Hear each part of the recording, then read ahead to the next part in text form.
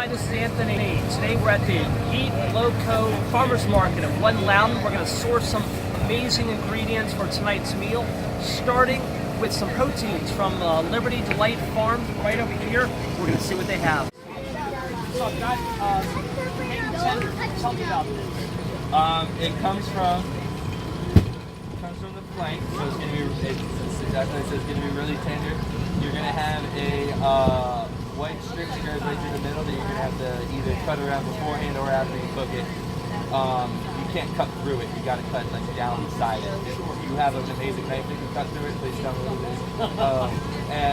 You really don't have to do anything to it besides salt and pepper. Okay. Beef. I got just the right idea for these. Somebody I know likes beef tarts. So I've got these beautiful beefs here. They're huge. This would be fantastic. And we've got these gorgeous red onions. So I'm thinking beef and red onion tart with a little puff pastry. What do you think? Again, so we're back from the farmers market, EatLoco's location at Loudoun 1 Loudoun. I've got these great ingredients we picked up at the market. I've got mushrooms, I've got shallots, I've got this gorgeous garlic. And from Liberty Delight Farms, some beautiful, beautiful looking hanger steak that I can't wait to work with. If you guys have ever been to France and have eaten in a French bistro, hanger steak, they call it anglais. It's a bistro staple that you'll find everywhere throughout Paris, where they quickly pan-sear it and then serve it with frites, with French fries, and maybe a nice Bordelaise sauce, a red wine sauce. So I'm doing something sort of similar to that today. I'm going to do the seared hanger steak, but I'm making it with a mushroom cream sauce.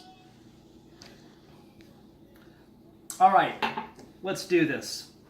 So, got this beautiful hanging tender steak, otherwise known as a hanger steak, that I got from Liberty Delight Farms, one of our local vendors that does such remarkable work with their products. Come on over and let me show you this. So, the steak has this central vein of fat running through it that I really don't want to work with. So, what I'm going to do is I'm going to separate the two sides of the hanging tender.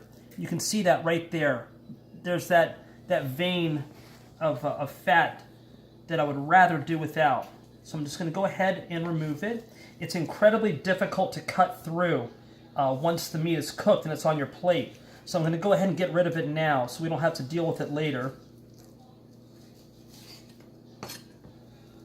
Here we go. So now I've got these two fillets.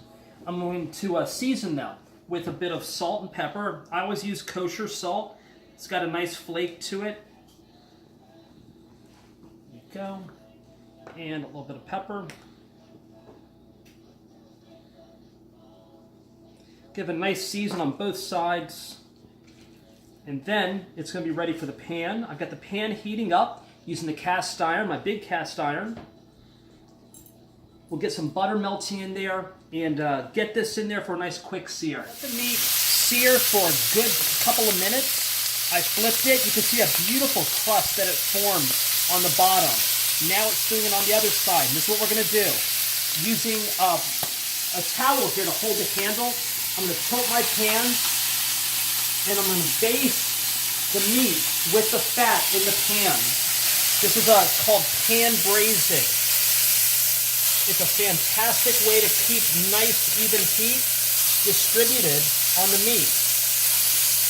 So right now I'm cooking it from the top and from the bottom. So you're going to have to keep doing it. Gotta let the pan go back down, get in contact again with the stove, pick up some more heat.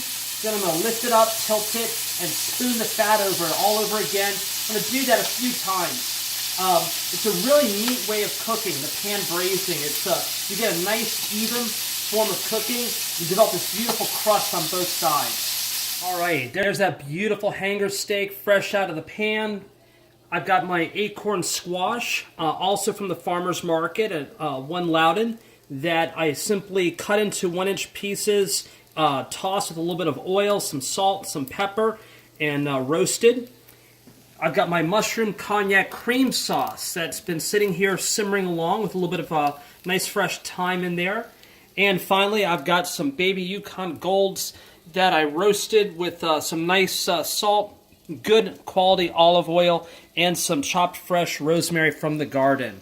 We are ready to start plating and finally eat. All right, we made it. Finished plate. We've got our beautiful hanger steak. We've got our roasted acorn squash and our rosemary roasted potatoes, all surrounded by that ultra luxurious cognac mushroom cream sauce. We've got some nice Beaujolais village ready to go with it. Guys, this is how we live in this house. I don't know about you, but you can do this too. It's easy. You saw me do it. If I can do this, trust me, you can do the same thing. You start with good ingredients, go to your farmer's market, source some great fresh local stuff, and take a chance. That's what I did. And that's how you learn and you discover something new. Guys, bon appetit. We'll see you next time.